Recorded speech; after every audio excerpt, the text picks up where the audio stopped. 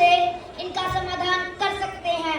तो आइए सुनिए और देखिए, मिलकर हम अच्छाई फैलाएं।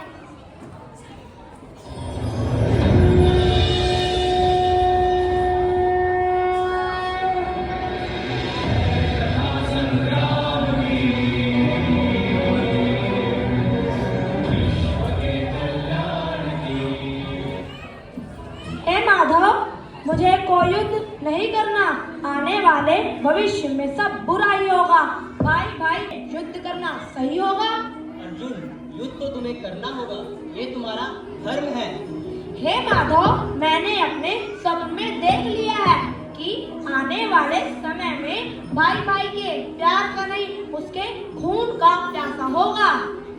आइए हम आप सभी लोगों को इसकी एक झलक दिखलाते हैं।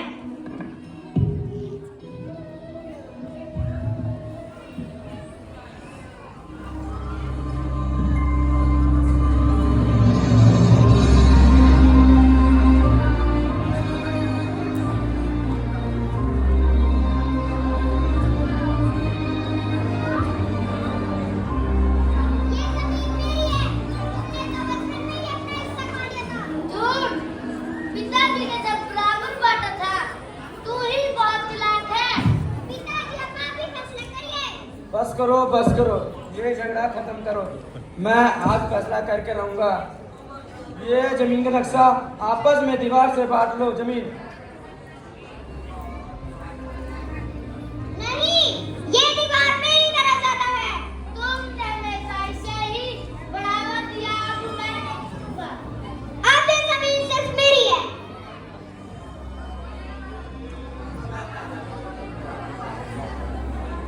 जमीन को मैं लेकर रहूंगा।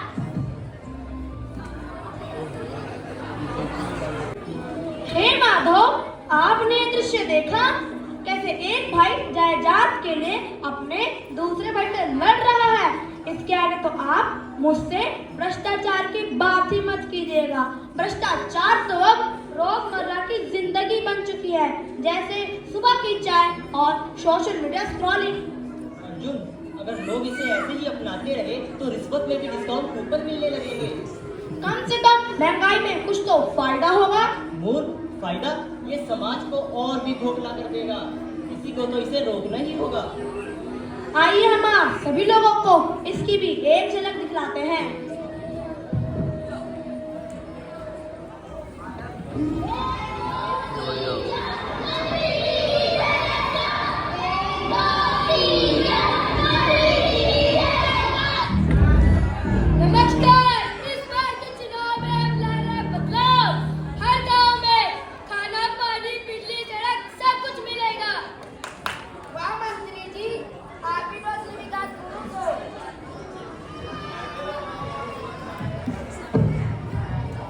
मंत्री जी, अगर नहर वाली योजना सही से लागू कर देते तो आज पानी की समस्या नहीं होती।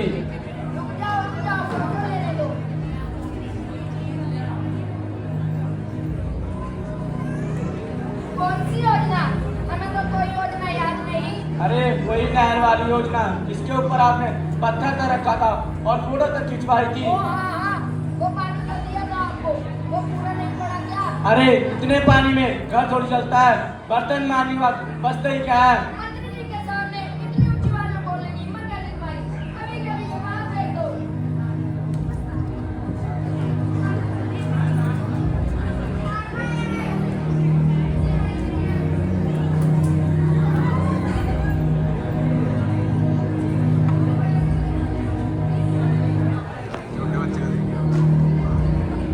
आइए सिकानिया साहब, और सब बढ़िया?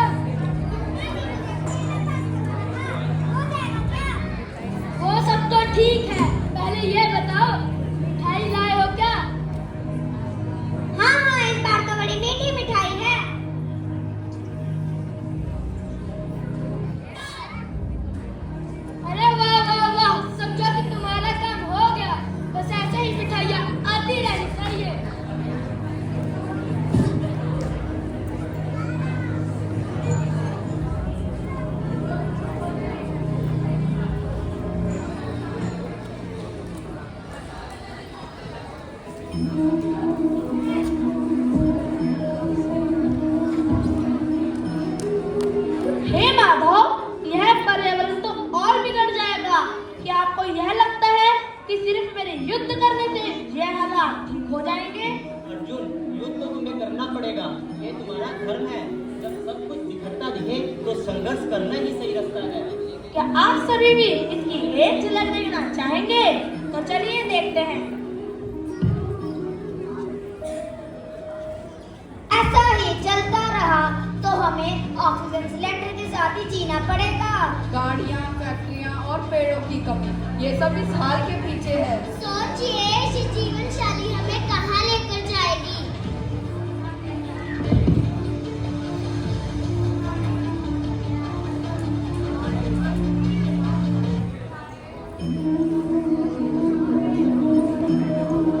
पर्यावरण नष्ट हो ही जाएगा।